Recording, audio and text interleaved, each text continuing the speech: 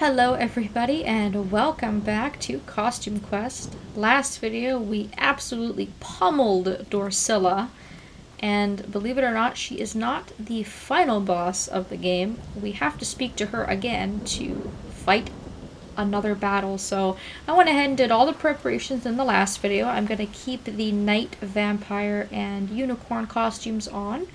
I went ahead and did a little bit of arrangements with my battle stamps. But aside from that, I'm not really making a lot of changes. I'm feeling pretty confident. I think we'll be able to fight one more fight here.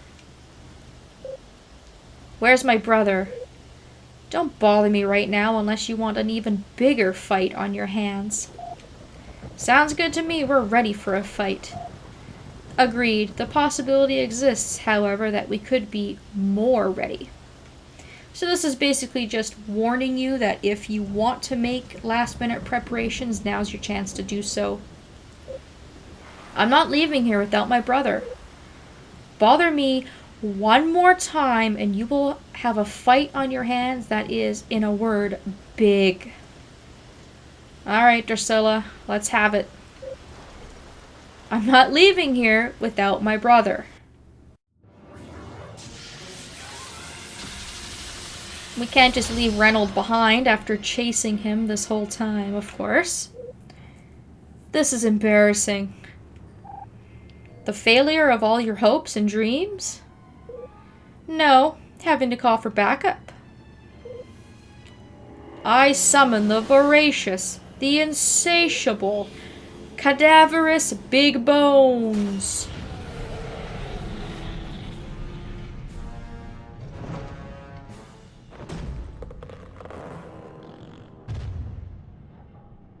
Dun dun dun. Is it candy time? Boss, I'm sorry, but those kids took your candy. What?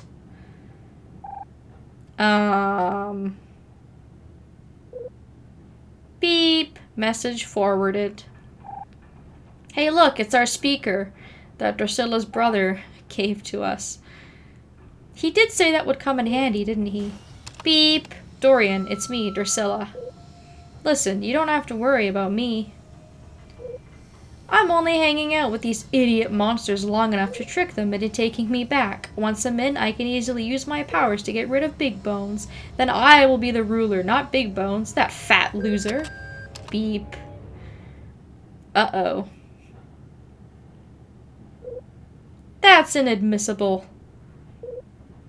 Tub of goo? I'll turn you into a tub of goo. We made him mad. Get out of my sight. The deal's off. Oh boy. I almost don't have the energy to eat these children now. Almost. Of course. By the way, have fun doing that, jerk.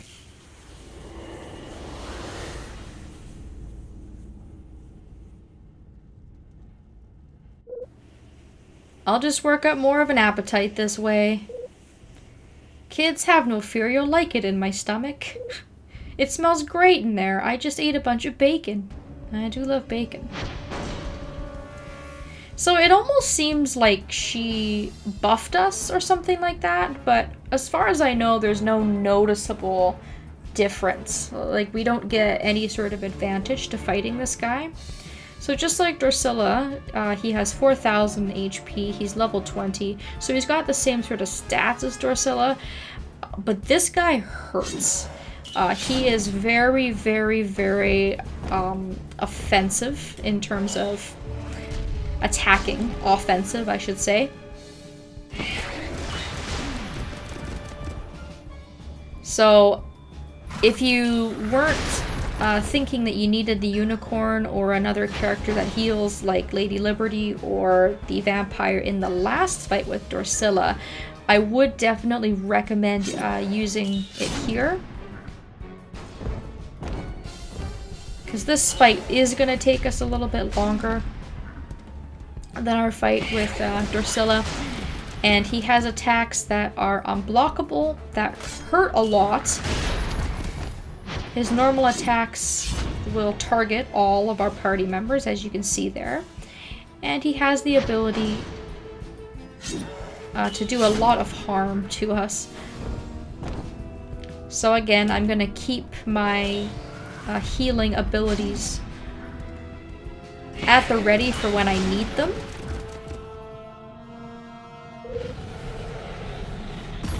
Here he's going to do his major attack that really hurts a lot. He'll summon a couple of enemies, he'll swallow them up, and then he will spit them at one of your party members. That attack is unblockable and it does a lot of damage. You can see there that it did over 200 damage to Lucy. So that's why the unicorn is really, really useful in this situation. And that's why I chose to put the healing stamp onto Lucy so that she doesn't die. Hopefully she'll be able to heal quite a bit each turn, so that if he targets her again, it won't kill her. I've also got the knight. I can use the guardian shield on her if I really want to keep her alive. But as long as I use my abilities wisely, I should be fine.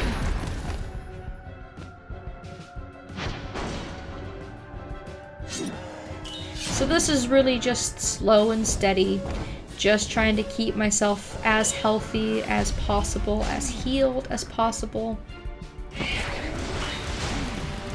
Keeping an eye on everyone's health. Because he is going to do his powerful attack quite a bit.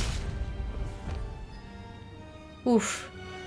That was very, very, very close on Everett. So I'm going to go ahead and use my shield on him, just so we can get him healed up. And I may even use the unicorn's ability on him as well, just to get him topped up. Hopefully I don't regret that. I hope I won't need the resurrection ability.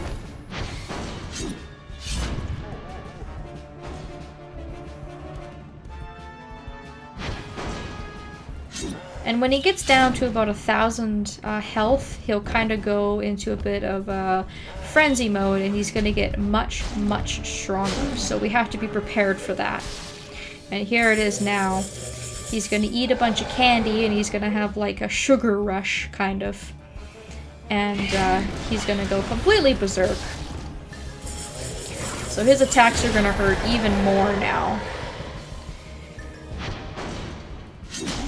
But this is really the final push. If you can keep your characters alive just a little bit longer, you should be able to beat him before he beats you.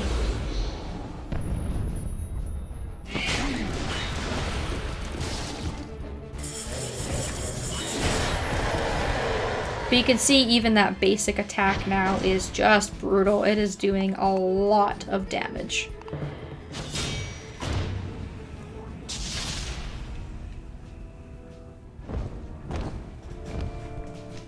But other than that, I don't have a lot to say about this battle, to be honest. You can try it out with different characters. You know, if you want to use the robot, you might be able to get the job done a little bit faster, because you will be able to do some more damage, but I really did take the safe road. I wanted to make sure that I had as much of a fighting chance as possible by keeping everyone healthy.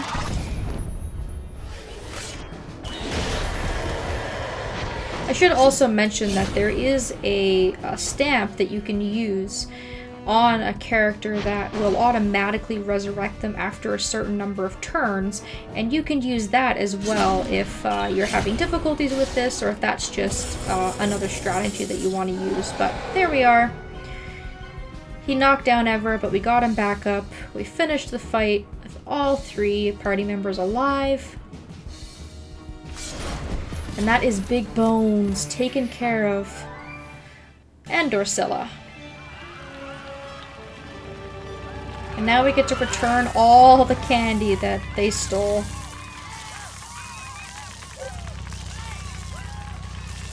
And we got Reynold back, of course, which is great.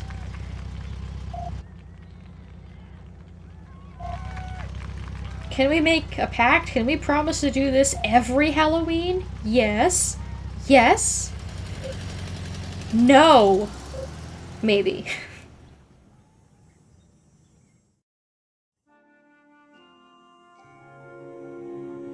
And now we get to go back home.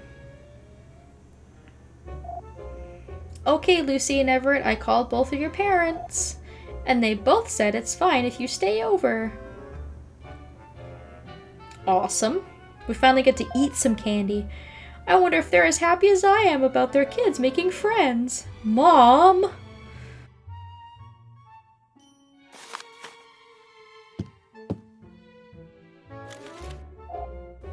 Dad tax. Oh, come on, you didn't work for that. We had to fight so many monsters for that candy. Good night, kids.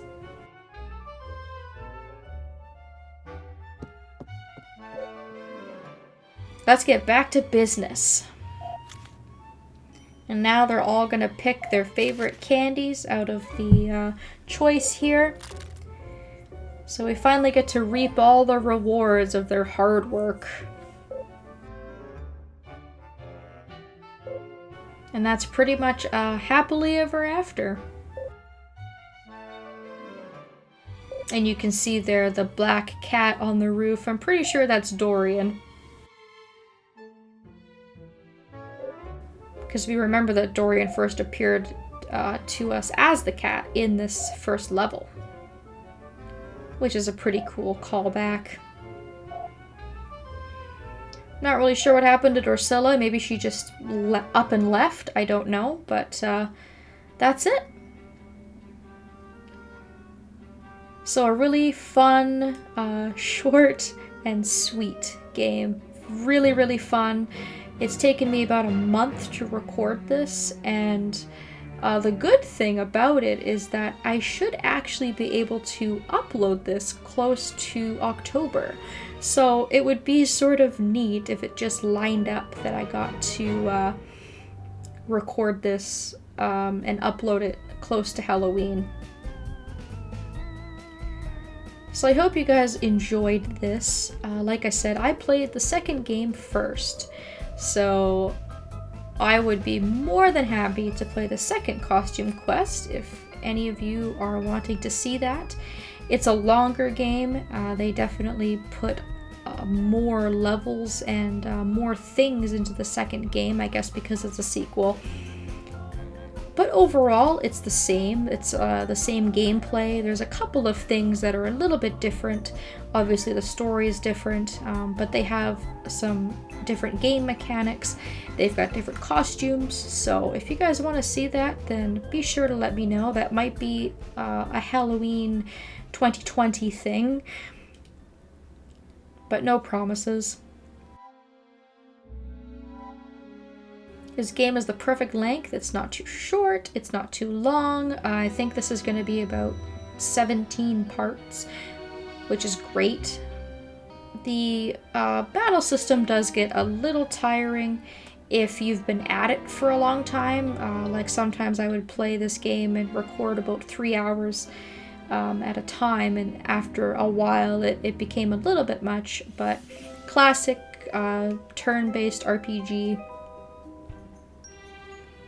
And like I said, I really like the humor, I really like the art.